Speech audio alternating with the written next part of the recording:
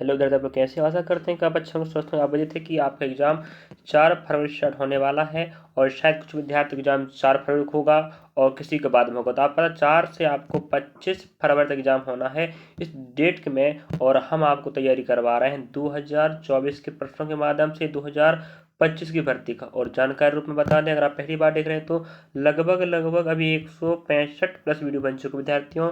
यहाँ पर इस रीजनिंग भी शामिल है, मैथ्स भी शामिल है, हिंदी भी शामिल है और जीके भी शामिल है।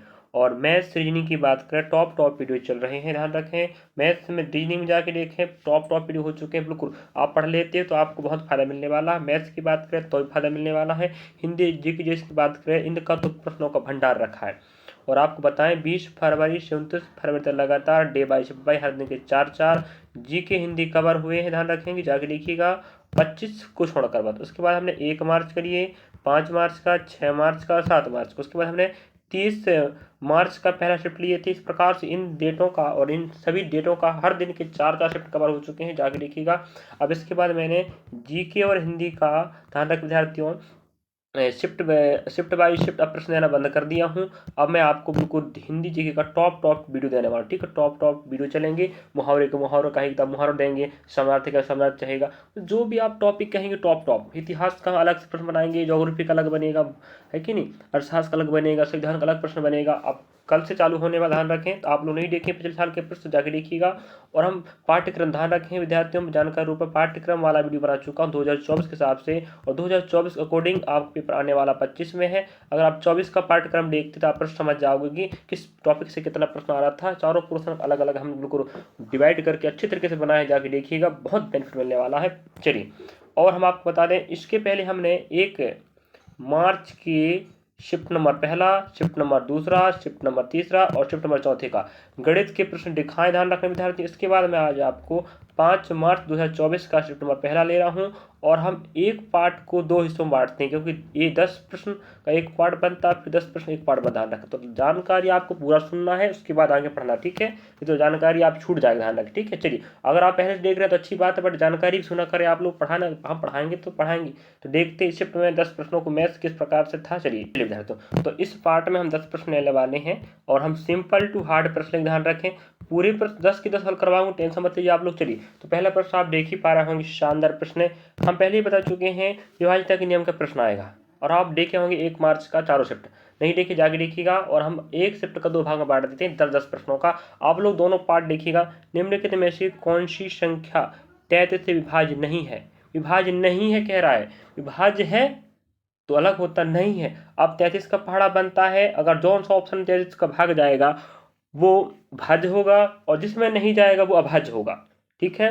मतलब विभाज्य मतलब होता है जिसमें संख्या में भाग चला जाए, और जिस संख्या में भाग नहीं जाए उसे विभाज्य नहीं कहते हैं, समझे। चलिए, हम 11 का नियम और लगाते हैं। 11 या 33 होता है, मतलब जिस भी ऑप्शन में 11 और 3 का पहाड़ा जाएगा वो विभाज्य कहलाएगा। हमें वो वाला नहीं चाहिए, हमें विभाज्य नहीं वाला चाहिए। तो जिस भी ऑप्शन में 11 और 3 का भाग नहीं जाएगा वही आपका आंसर होने वाला। चलिए, अब 3 का नियम कहता है, देखिएगा, किसी एक का भी नियम अगर नहीं लगा तो समझ जाओ वो आंसर आने वाला है। देखो, 3 का नियम कहता है सब संख्या को जोड़ो। भाई 6, 5 और 1 6, 12 हो गए। 12 और 2 का आप कितने, 14 हो गए। अब ये बताओ, क्या 14 में 3 का भाग जाएगा? नहीं जाएगा। इसका मतलब आंसर आपका यही होगा, खत्म कहानी। भाई इसमें ना हमें 11 या 33 होता, भाई 3 ही का भाग नहीं जा रहा है तो 11 का कहाँ जाएगा? क्या 3 का नहीं गया, हम नहीं जाने वाला चाहिए, पहली बार ऑप्शन आपका पहला हो जाएगा, समझे। 33 का भाग नहीं बनता, देते आप 11 या 33 बनता है, 11 का रूल लगा देते, 3 का नियम लगाते, विभाज्यता का नियम लगा देते। तो 3 कहता मुझे सब संख्याओं को जोड़ दीजिए और 3 से भाग लगा दीजिए। अगर टोटल संख्याओं में योग, अगर योग 3 से भाग जाएगा तो वो भाज्य कहलाता, नहीं गया मतलब क्या है, विभाज्य, समझ गए। चलिए अगला प्रश्न देखते हैं। हम पहले सिंपल प्रश्न है, उसके बाद नेक्स्ट प्रश्न बताएंगे, आप लोग बने रहिए लास्ट तक। नेक्स्ट प्रश्न आप देख पा रहे हैं, 250 में 40% की वृद्धि करने पर प्राप्त संख्या का मान कितना होगा? कुछ भी नहीं करना था, वो आसान था। 250 का 40% वृद्धि करना, मतलब पहले 100 रहा होगा, 140 में वृद्धि कर दो, 140 हो जाएगा, खत्म कहानी। 1 जीरो गए, 2 जीरो गए। 25 चौके 100 होता, 25 पंचे कितना, 125 होता। अब बताओ, पीछे 5 आने वाला है, सॉरी समझ आते हैं, 25 चौके 100 होता है, और यह सॉरी क्षमा गुणा ऐसा करना था, यहाँ से गुणा करना पहली बार, 25 चौके 100, ठीक है। 100 हो गया, बट आपके पास कितना बचा? अभी 10 बचा, ठीक है। 25 से कम 25 हो जाएगा, 25 से हाथ जोड़ेंगे भाई, तो 5 का 5, 3 का 2, 3 हो गया, 350 आ गया, समझे।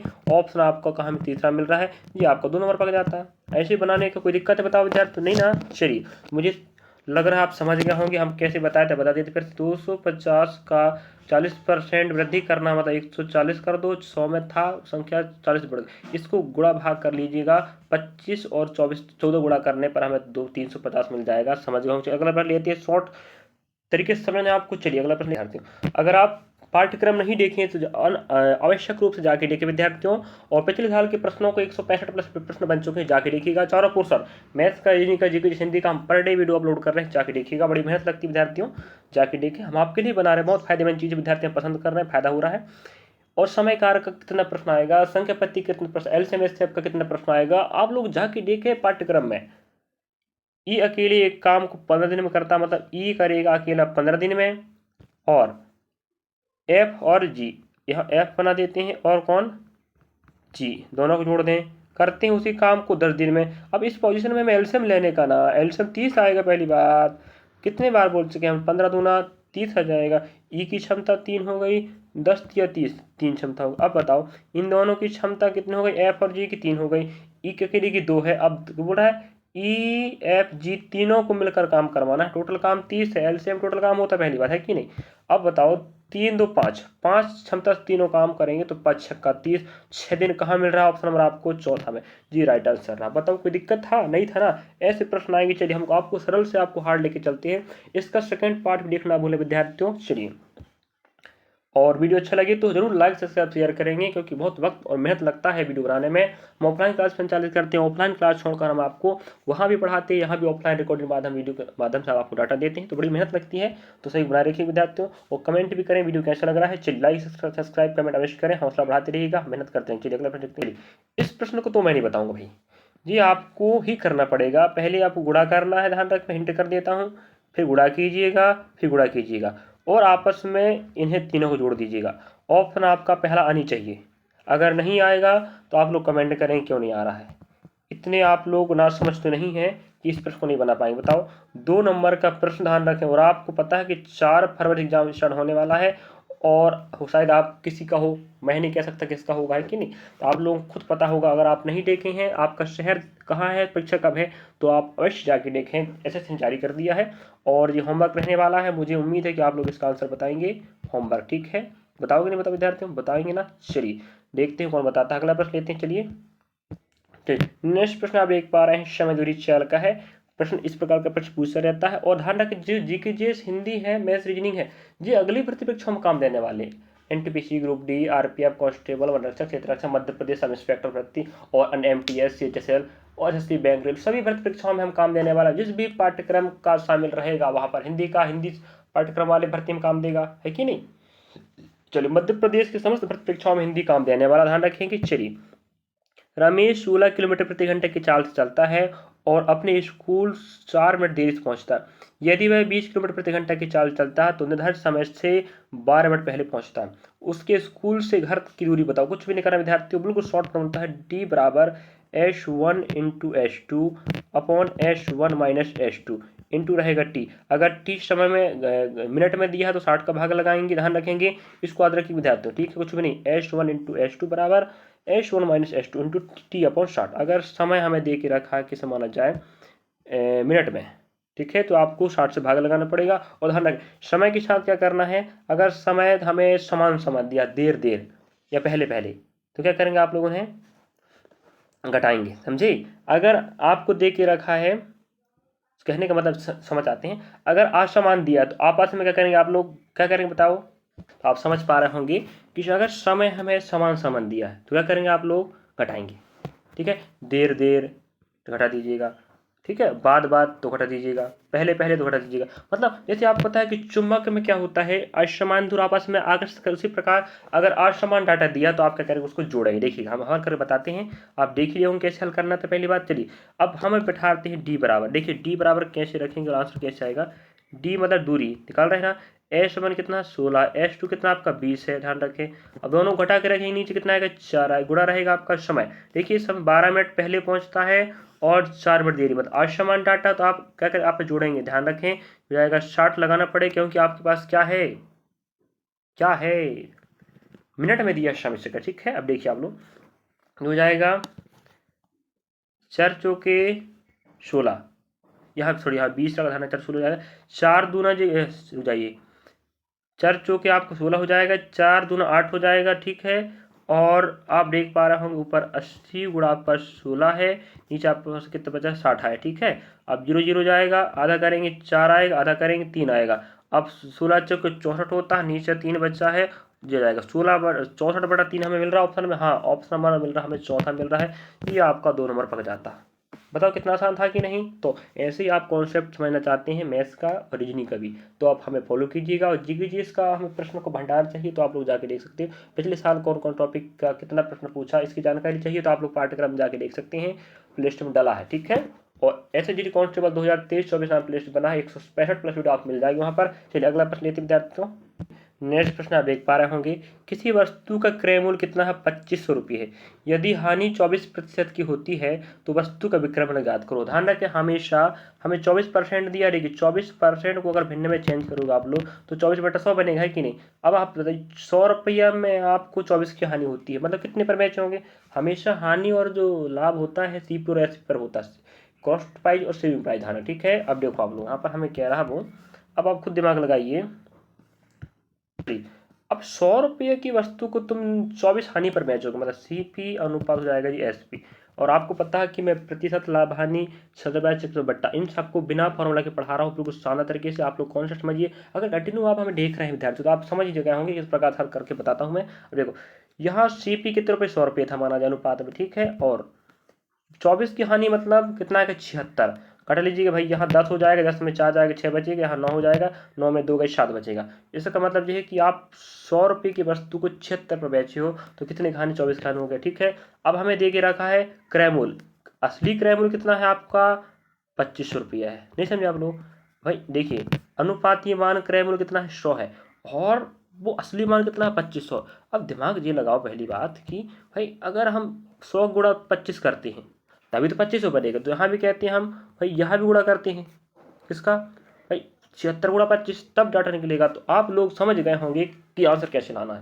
बताओ ऐसे समझाएगा कोई, बताओ, बड़ी मेहनत से समझाते विद्यार्थी, ध्यान रखें। तो आपको प्रयास करना है समझने का, सीखने का, पढ़ने का, वक्त बहुत कम बचा है, आप लोग पढ़ते रहिएगा, हम आपके साथ हैं। जब तक पेपर चलेगा तब तक तो नहीं कह सकते, लेकिन पेपर के पहले तक हम आपको सहयोग करेंगे, ध्यान रखें। चलिए, और जल्द ही हम फिर NTPC ग्रुप डी और अन्य भर्ती परीक्षाओं का भी POIQ लेने वाले हैं। चलिए, अब मुझे लग रहा है आप समझ गए होंगे आंसर क्या आएगा, आप लोग गुणा कर लीजिएगा, इतना तो कर ही सकते हो। ऑप्शन आपका जाएगा 1900, नहीं आएगा तो बोलिएगा, हम फिर बताएंगे। फिर भाई हम कॉन्सेप्ट समझा दिए कैसे बैठाना, इतना तो कर सकते हो ना, नहीं कर सकते, कर सकते तो करके बताइए। चलिए चलिए अगला प्रश्न आप देख रहे हो, हम 10 प्रश्न पूरा करवाएंगे, टेंशन मत लीजिए, आप ध्यान रख जाते हो।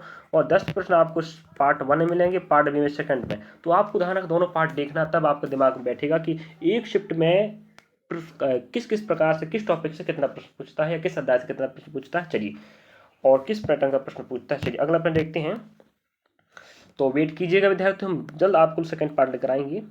और पर डे अपलोड हो ही रहे, पहली बात चारों पोर्सन। अब कल से हिंदी और GK टॉप वीडियो चले, ध्यान विद्यार्थी जो पिछले साल आ चुके हैं। अब शिफ्ट वाला कहानी खत्म हो गया, बहुत सारी वीडियो बना चुका हूँ, आप देख चुके होंगे। अब शिफ्ट वाली कहानी खत्म, अब PYQ प्रश्न लेंगे, ठीक है, टॉप वाले विषय टॉपिक उठा के।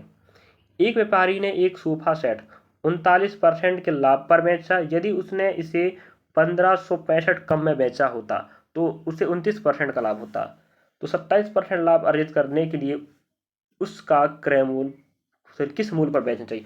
कुछ देखो, जो आपको ऑप्शन दिख रहा है ना, ये सब आपको गुमराह कर रहे हैं, क्या कर रहे हैं, गुमराह कर रहे हैं। इसका हल इतना सिंपल है कि क्या बताऊं आप लोग, अगर आप हमारे ऑफलाइन क्लास में पढ़ोगे ना तो बहुत मजा जाएगा। और रही विद्यार्थी ऑफलाइन क्लास में हम पढ़ाते हैं और ऑनलाइन रिकॉर्डेड वीडियो पढ़ाते हैं, अगर हमारे पास सुविधाएं हो जाए माना जाए तो हम ऑनलाइन बेहतरीन ढंग से पढ़ा सकते हैं, पर थोड़ा सा आप लोग सपोर्ट बनाए रखिएगा। हम जल्द आप नई ऊंचाई पर पहुंचकर आपके लिए ऐसी मेहनत करते रहेंगे, और बहुत जल्द हम आपके लिए बहुत अच्छा काम करने वाले हैं, धीरे धीरे। वैसे तो हम कर ही रहे हैं, फिर भी देखिएगा। देखो मैं अब बताऊं, जब भी इस प्रकार का प्रश्न आपका करना है आपको समान, अभी हमने देखे थे असमान को अपन जोड़ रहे थे, समान समान घटा रहे थे, लाभ लाभ घटाइए, हानि हानि सॉरी पहले पहले घटाइए, है कि नहीं, बात बात घटाइए और पहले बात को जोड़ रहे थे। उसी प्रकार भी आया था ना जिसके पहले प्रश्न, हाँ उसी प्रकार देखिएगा लाभ, लाभ है ये समान समान है कि बताओ, हाँ समान समान को आप घटाना है। अभी मैं बताया था ना, घटा दीजिएगा। अब 39% में 29% गए तो आपके 10% बचेगा। अगर 39% लाभ होता था, यहाँ 29% लाभ होता था। इन दोनों में अंतर कितने का है, 10 का अंतर है, 10% अंतर है। लेकिन पैसा का कितना अंतर है, बराबर में 1565। नहीं समझे आप लोग भाई, 39% का लाभ, 29% का लाभ, अंतर कितने परसेंट का लाभ हो रहा है, 10% का। लेकिन 10% का लाभ हो रहा है परसेंट में, रियली में कितना परसेंट हो रहा है, 1565। अंतर की बात हो रहा है। इन दोनों तुलना में जो लाभ आएगा, इसका लाभ इसका लाभ, दोनों के बीच में कितने का अंतर है, 1565 का। उसी प्रकार इसका लाभ परसेंट, इसका लाभ परसेंट का अंतर कितना, 10% है। बस समझ गए होंगे मुझे लग रहा है। चलो समझाने में थोड़ा वक्त लग रहा है, बाकी आप समझ लीजिएगा। 10% लाभ बराबर 1565। अब हमें पूछ रहा है उसी वस्तु को बेचना है 27% लाभ पर, तो भाई 27% लाभ बोल दिए, 127 कर लीजिए बस, परसेंट से परसेंट चला जाएगा। ठीक समझे आप लोग, चलिए अब समझ गए होंगे। अब हमारे पास डाटा कितना आ गया देखिएगा, आपको फास्ट करना, आप समझा रहे चक्कर लंबा समय लग रहा है। 127 बराबर 1565 आ गया, हाँ ठीक है। अब देखो इसको छोड़ दीजिए, ये 10 का काम हमें बता रहा है कि आंसर पॉइंट आ रहा है, मतलब 10 को कुछ मत कीजिएगा, लास्ट में वो पॉइंट लगा देगा, ठीक है। अब हम कहते हैं 127 गुणा, हम त्रिय गुणा करेंगे 1565, तो ऑप्शन कौन सा आएगा, हमें ऑप्शन दिमाग पे लगाना, देखिएगा आपको दिमाग लगा पाओगे फिर कि सर बिल्कुल आप सही कह रहे थे, ऐसे ही आंसर आए। देखिएगा अगर हम गुणा करेंगे 7 का तो 5 आनी चाहिए, वो ऑप्शन ढूंढो पहली बात, है कि नहीं। कहने का मतलब ये है कि 27 गुणा हम कुछ करेंगे, है कि नहीं, समझ आते हैं। देखिएगा हम 127 गुणा 1565 करेंगे तो हम 7 गुणा 5 करते हैं, तो 7 पन्ना 35 बनेगा, ठीक है। इसका मतलब है कि इकाई में 5 आने वाला, वो ऑप्शन आपका होगा। ऑप्शन पहला में नहीं, इकाई में 5, ऑप्शन चौथा में नहीं, इसका मतलब ऑप्शन दूसरा या तीसरा आएगा। अब देखो प्रश्न बड़ा दिख रहा है, हल बड़ा लग रहा है, लेकिन हल कैसे करना वो समझे, ईमानदारी से भी हल करना, लेकिन चालाकी भी करना है। वो चालाकी क्या देखिएगा, अब गुणा करेंगे, यहाँ 3 बज गए, 7 पन्ना 35, 3 बच्चा ध्यान रखेंगे, और 7 छिंग 42, 42 हो गया आपके पास, ठीक है। अब देखो 42 और 3 कितना हो जाएगा, 45, 45 का जो 5 हो जाएगा। अब आप देख पा रहे होंगे 55 हमें कहाँ मिल रहा है, 10 का तो यहाँ पॉइंट लग जाएगा, तो 5.5 हमें जिस भी संख्या के पीछे मिलता होगा, आपका आंसर देख लीजिएगा 5.5। बताओ, ये रहा आपका हल 2 नंबर का। ऐसे करना था विद्यार्थियों। बताइए कैसा लगा वीडियो। चलिए मुझे लग रहा है कि आप समझ पा रहे हो कि चल करके बता रहा हूँ मैं, उम्मीद है मुझे, और बड़ी ईमानदारी से मेहनत से समझा रहा हूँ सिर्फ 10 से मैं, बस मुझे आप लोग सपोर्ट करते रहिएगा। चलिए आगे बढ़ते हैं। चलिए नेक्स्ट प्रश्न आप देख पा रहे होंगे, बहुत शानदार प्रश्न। मैं हर प्रश्न को ईमानदार से बना के बताता हूँ, टेंशन मत लीजिए आप, ठीक है। बिल्कुल ईमानदार से पढ़ते रहिएगा। मैथ्स का रीजनिंग का बिल्कुल कॉन्सेप्ट बैठा रहे हैं, किस टॉपिक से कितना, किस अध्याय से कितना प्रश्न पूछ रहा और किस प्रकार प्रश्न पूछ रहा, समझे। और जी के जी हिंदी को दिमाग में बैठा लो, पूरे मुहावरे, लोकोक्तियाँ, समानार्थी, पर्यायवाची, विलोम, पूरे, ठीक है। जी के जी जनगणना का, पंचसूचना का प्रश्न पूछ रहा, पूरा पढ़ लीजिएगा, समझे। चलिए अब देखिएगा, और वैसे आप पाठ्यक्रम जाकर देख लीजिएगा, पूरा आपका कंफ्यूज दूर हो जाएगा कि पिछले साल क्या क्या पूछा था, कितने नंबर का पूछा था।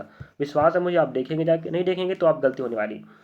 यदि वार्षिक रूप से संयोजित चक्रवृद्धि ब्याज की दर कितना है, 44%, अर्धवार्षिक रूप से संयोजित चक्रवृद्धि ब्याज की x% की समतुल्य, मतलब वार्षिक ब्याज दर और अर्धवार्षिक ब्याज दर आपस में क्या बोल रहा है, बराबर कह रहा है, ठीक है। बराबर है, ठीक, हमें वर्ष नहीं दिया पहली बात, हमें एक ही वर्ष मानना पड़ेगा, समझे। वार्षिक दर और अर्धवार्षिक दर आपस में क्या है, बराबर है। अब हमें दिमाग लगाना है भाई, वार्षिक तो 44% हो गया, है कि नहीं। अब हम कहते हैं अर्धवार्षिक भी कितना है, 44% है कि नहीं। अब आपको पता है कि दर कोई होता है और आर टी कुछ होता है, तो होता ये है अर्धवार्षिक में दर का क्या हो जाता है, गुना, ये आधा होता, बताओ आप लोग बताइए। आपको पता है कि दर का क्या हो जाता है, आधा हो जाता है, और समय का 2 गुना हो जाता है, ठीक है। समय का क्या हो जाएगा, 2 गुना हो जाएगा, समझिए, ध्यान रखेंगे।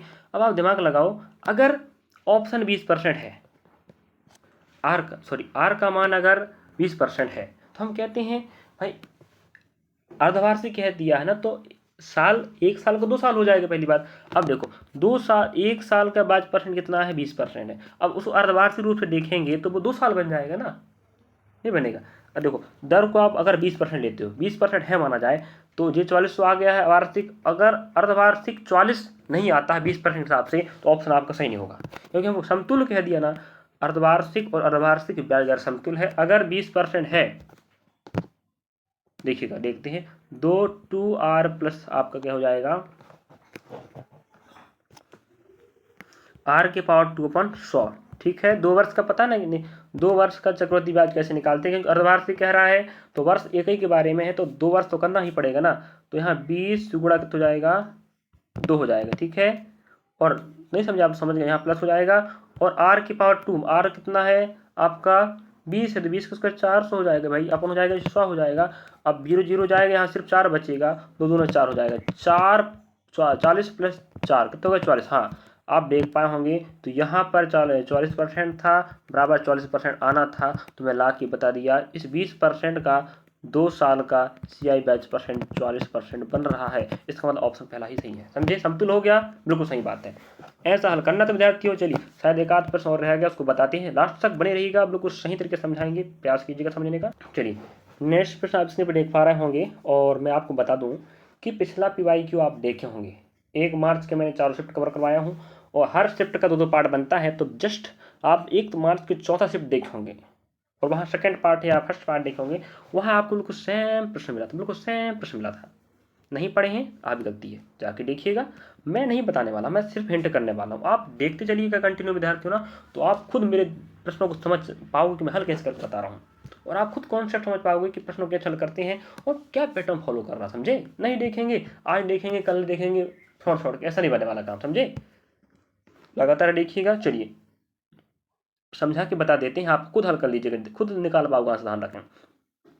एक कंप्यूटर का अंकित मूल्य 28,000 रुपये है, छूट 5% की। यदि कंप्यूटर का विक्रय मूल्य कितना है, 26,068 रुपये है, तो अतिरिक्त छूट बताओ। मतलब हमें अंकित मूल्य कितना था, 28,000, एक छूट दिया 5%, एक छूट और दिया है, और उसको बेचा गया है 26,068 रुपये पर। तो जो सेकेंड छूट है वो नहीं पता, उसी को पूछ रहा है। इसके पहले भी प्रश्न पूछ चुका, ध्यान रखें। चलिए, आपको रख के बताते हैं हल कैसे करना है, आप लोग खुद हल कर लीजिएगा, ध्यान रखें। देखो, यहाँ बैठ जाएगा आपका 28,000 गुणा 5 का छूट, मतलब कितना आएगा, 95। ध्यान रखें, छूट में हमें 100 से घटाना पड़ता है, गुणा जो रहेगा सेकेंड छूट नहीं पता, 100 के साथ घटाना, माइनस x करोगे ना, अपन हो जाएगा 100, ठीक है।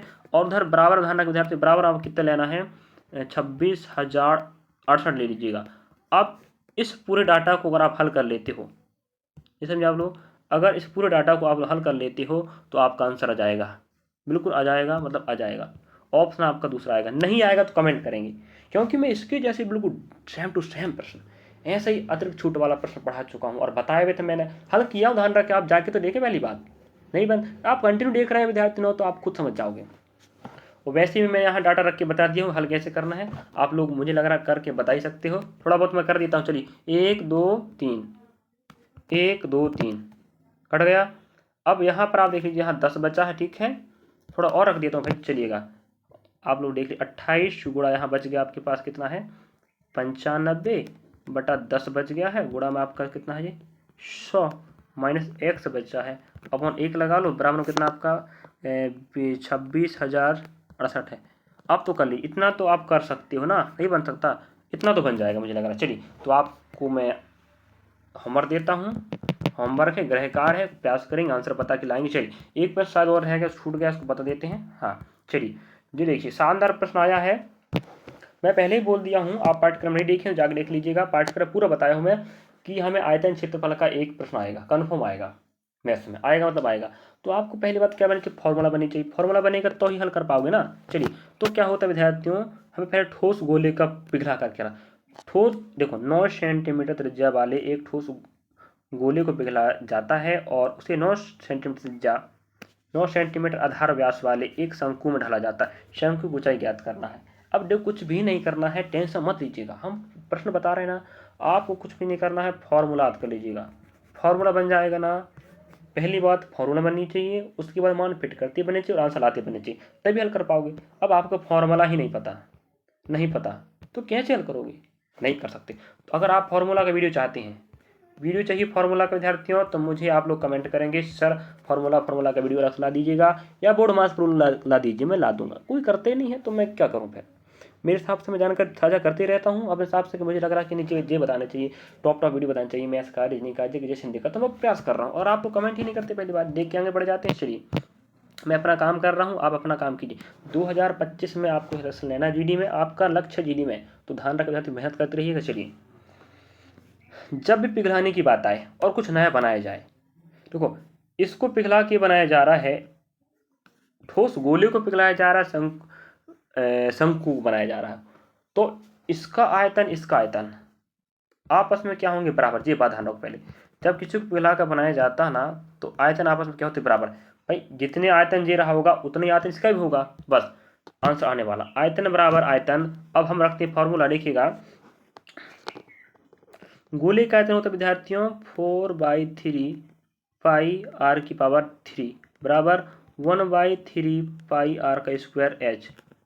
ये होता है फॉर्मूला। ये रहा आपका क्या, गोले का आयतन, और ये रहा आपका शंकु का आयतन। दोनों का आयतन आपस में बराबर होंगे। क्यों होंगे, क्योंकि इसी से तो पिघला के आप इसे बना रहे हो ना, ठोस गोले को पिघला कर शंकु बना रहे, तो जितना गोले का आयतन होगा उतना शंकु का आयतन होगा, बस।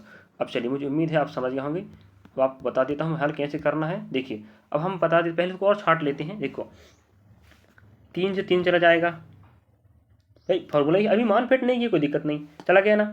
पाई से पाई चला जाएगा, नहीं जाएगा। अब सिर्फ आपके पास क्या बचा है, 4 आर का क्यूब बचा, ध्यान रखेंगे, और आर की पावर एच बचा है, याद रखिएगा। आगे मान फिट कर आप लोग लिख ही लिए होंगे। चलिए हम आगे बताते हैं, अब आप समझते चलिएगा, लास्ट तक बने रहेगा, आपको अपने आप समझ आने लगेगा, ठीक है। चलिए देखो आखिर हम मान रखते हैं 22/7, तो काटना ही तो पड़ता ना, इससे पहले काट दो, वही मान रहेगा बार बार, क्यों, मुझे सीखना पहली बात मान रखना है। अब हमारे पास क्या 4 बचा है, रुक जाइए यहाँ रखते हैं, 4 गुणा आर की पावर 3 था ना, तो भाई आर कितना है, त्रिज्या 9 गुणा 9 गुणा 9, ये समझे आप लोग, 4 इंटू आर की पावर 3 था, ये मान बैठ गया, बराबर था।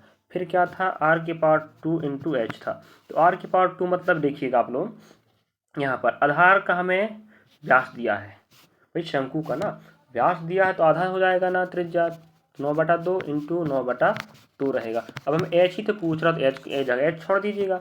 अब देखिए अब काटा पीटी करेंगे, आंसर निकलेगा, देखिएगा 9 से 9 गया, 9 से 9 गया। अब इन्हें गुणा कर 9 चौके 36 बचेगा, ठीक है, यहाँ 36 आ गया, बराबर अपने पास एच बटा क्या है, 2 दूना, दोनों गुणा का 2 दूना 4 हो जाएगा, बराबर अनुपात 1 रहेगा। तो आप देख लीजिएगा, यहाँ आया आपके पास 36 आया, नीचे 1 आया है, ऊपर एच आया, नीचे 4 आया है, 4 6 24 बचे 2, 4 से 12 हो जाएगा 14। तो आप देख पा रहे होंगे ऊंचाई का मान 140 सेंटीमीटर आ गया। तो ये रहा विद्यार्थी आपका हल। बताओ कैसे लगा वीडियो, आपको अच्छा लगा ना, आपको समझ आया नहीं, बताओ पहले, समझ में आया होगा, मुझे लग रहा है समझ गए होंगे। तो आप लोग मैथ्स का वीडियो देखें, रीजनिंग का देखें, हम लोग को टॉप वीडियो चल रहे हैं, टॉप चल रहे हैं, जाकर देखो ना, बहुत बेनिफिट मिलने वाला। और मैं तो कह रहा हूँ पीवाई क्यू और पाठ्यक्रम जाकर देख लो, और अभी अगर आपका पेपर लेट है ना तो पाठ्यक्रम और पीवाई क्यू पढ़ लीजिएगा, बहुत फायदा होगा। और हमारे वीडियो से अगर आपको विद्यार्थी कुछ भी फायदा हो जाए तो ज़रूर हमें सहयोग करेंगे, क्योंकि हम आपके सहयोग के लिए तो वीडियो बना रहे हैं। अगर आपका फायदा नहीं होगा तो हम क्या करेंगे वीडियो बना के। तो आपको वीडियो कैसा लगा जरूर कमेंट करेंगे, लाइक सब्सक्राइब शेयर करना भूलें विद्यार्थियों, और हर विद्यार्थी पर शेयर करें। जो विद्यार्थी पढ़ना चाहता है, जिसके पास सुविधा नहीं है, वो इन वीडियो के माध्यम से पढ़ सकता है, समझ सकता है, पेपर पे रिजल्ट के साथ, समझे। और हम बताते हैं, अब हम आपको जीके जीएस और हिंदी को टॉप चलेंगे, अब टॉपिक उठा पढ़ाएंगे, आप जाके देखिए। चलिए मिलते हैं नेक्स्ट पार्ट के साथ मिलेंगे। तो पार्ट बी का आप लोग करें इंतजार है तो करें कमेंट, हम तो पढ़ा ही रहे हैं फिर भी, है कि। चलिए धन्यवाद विद्यार्थियों, हमें आपने हमें देखा, अच्छा लगा, और आप हमें सपोर्ट कर रहे हैं, बहुत अच्छा लग रहा है, मैं मेहनत करता रहूँगा आपके लिए, बस। चलिए।